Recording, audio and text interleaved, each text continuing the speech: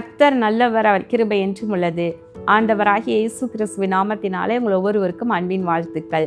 தேவனுடைய கிருபையும் சமாதானமும் உங்களுக்கு பெருகுவதாக. இன்று ஆகஸ்ட் மாதம் 16ஆம் தேதி ஞாயிற்றுக்கிழமை.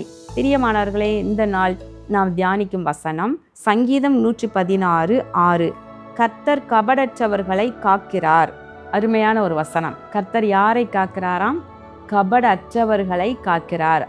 பிரியமானவர்களே, ஆண்டவருக்கு இந்த கபடு, சூது, வஞ்சனை, இது மாதிரி புறங்கூறுதல் இதெல்லாம் பிடிக்கவே செய்யாது. அவருக்கு கபடில்லாத ஒரு நபர்.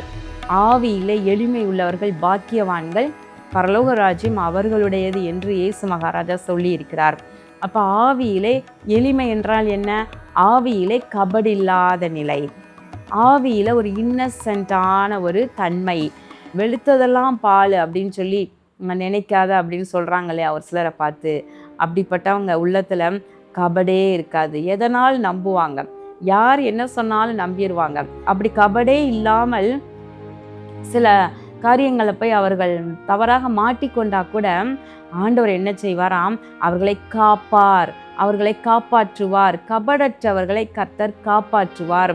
இன்னசென்ட்டாக என்ன செய்கிறோம் என்று தெரியாதபடிக்கு அறியாமல் அவங்க ஏதாகிலும் ஒரு சிக்கலில் போய் மாட்டிக்கொண்டா கூட ஆண்டவர் அவர்களை அருமையாக காத்து கொள்ளுவார்.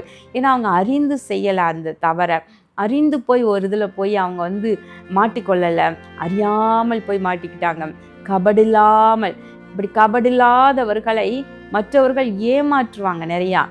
அவங்க வாழ்க்கையில் இன்னசென்ட்டாக இருக்கிறவங்க நிறையா வாழ்க்கையில் நிறையா நன்மைகளை இழந்திருப்பாங்க, தங்களுடைய பணத்தை இழந்திருப்பாங்க. அவங்கள எளிதில் மற்றவங்க ஏமாற்றி அவங்களுக்குரியவைகளெல்லாம் பறித்து கொண்டே இருப்பாங்க.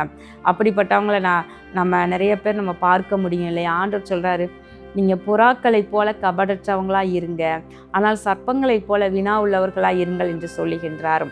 நம்ம எல்லாவற்றிலும் கபடற்றவங்களாக இருக்கணும். நம்ம தீமைக்கு விலகி இருக்கணும், ஆனால் அதே நேரம் நன்மை செய்வதற்கு ஞானியாக இருக்கணும்னு பவுல் சொல்கிறாரு. பிரியமானவர்களே, இந்த ஆவியில் கபடில்லாதவர்களை கர்த்தர் காக்கிறார்.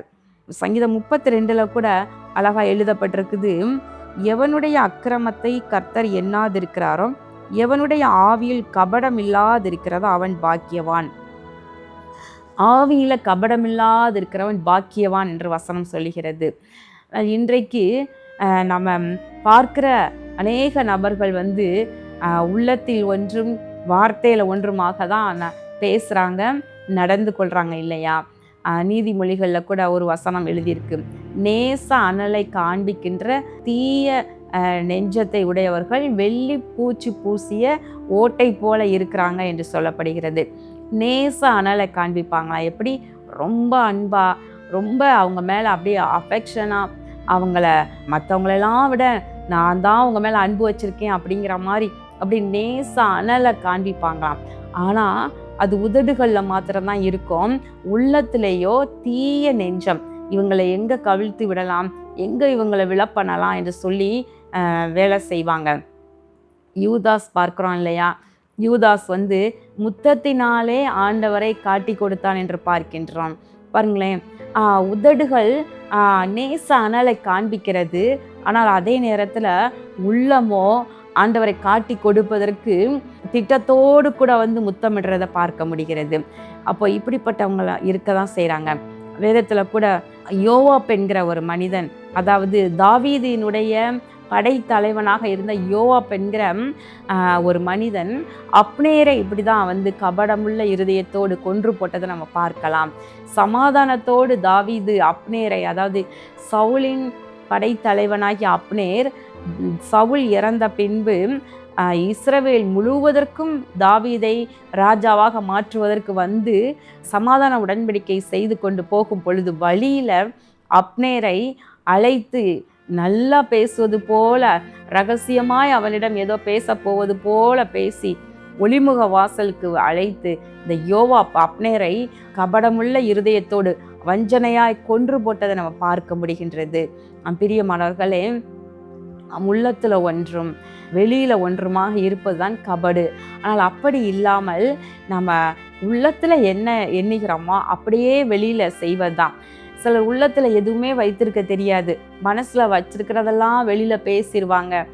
ஒன்றுமே ஞானமே இல்லை அப்படின்னு சொல்லி திட்டுவாங்க, பார்த்துருக்கீங்களா வீடுகளில்? அப்போது மனசில் ஒன்றுமே இருக்காது, ஆனால் மனசில் இருக்கிறதெல்லாம் வெளியே பேசிடுவாங்க. மனசில் வஞ்சனையே இருக்காது என்று சொல்லுவாங்க. அப்படி பாருங்களேன், கபடில்லாத ஆவியில் கபடில்லாத ஒரு தன்மை வேணும். எந்த காரியத்தை செய்தாலும் அதில் ஒரு எதிர்பார்ப்பு இல்லாமல் உதவி செய்வது, மற்றவர்களுக்கு எந்த நன்மை செய்தாலும் அவங்ககிட்ட இருந்து என்ன லாபம் இருக்கு, இவங்க இதுக்கு பதிலாக என்ன கொடுப்பாங்க என்ற எண்ணத்தோடு கூட இல்லாமல் ஒரு உண்மையான ஒரு அன்போட சிலர் தனக்குரியதெல்லாம் கூட மற்றவங்களுக்கு எடுத்து கொடுத்துருவாங்க. கபடம் இல்லாத சில வாழ்க்கையில அவர்களுக்கென்று தேவைகள் என்று வரும் பொழுது தேங்கி நிற்பாங்க.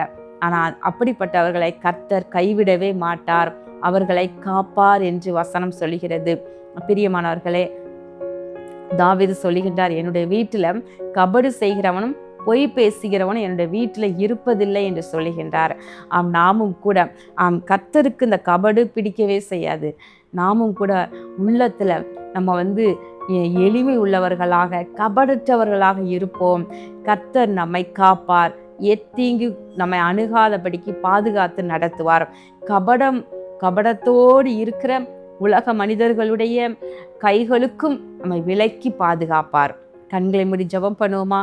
எங்கள் அன்பின் பரலோக பிதாவே, இதோ இந்த நாளிலே நாங்கள் தியானித்த நம்முடைய வார்த்தையின்படி கர்த்தர் கபடற்றவர்களை காப்பார் என்று எழுதியிருக்கிறபடி ஆண்டவரே, உடைய பிள்ளைகள் கபடில்லாத இன்னசென்ட்டாக இருந்தும் பல காரியங்களில் சிக்கி தவித்து கொண்டிருக்கலாம். ஆண்டவரே, பல இன்னல்களுக்கு ஆளாகி இருக்கலாம். கர்த்தாவே, நீர் உடைய பிள்ளைகளை காப்பீராக. ஆண்டவரே, அவர்கள் கபடற்று ஆண்டவரே ஏதாயிலும் ஒரு காரியத்தில் உம்மை நம்பி கால் வைத்திருக்கலாம். ஆண்டவரே, அந்த காரியத்தில் அவர்களுக்கு இழப்புகளோ அல்லது தோல்விகளோ அல்லது வேண்டாத தீமைகளோ வராதபடிக்கு காத்து நடத்துவீராக. இயேசு கிறிஸ்துவின் நாமத்தினாலே இந்த ஜெபத்தை ஏறெடுக்கின்ற நல்ல பிதாவே, ஆமேன். பிரியமானவர்களே, கர்த்தர் உங்களை ஆசீர்வதிப்பாராக. ஆமேன்.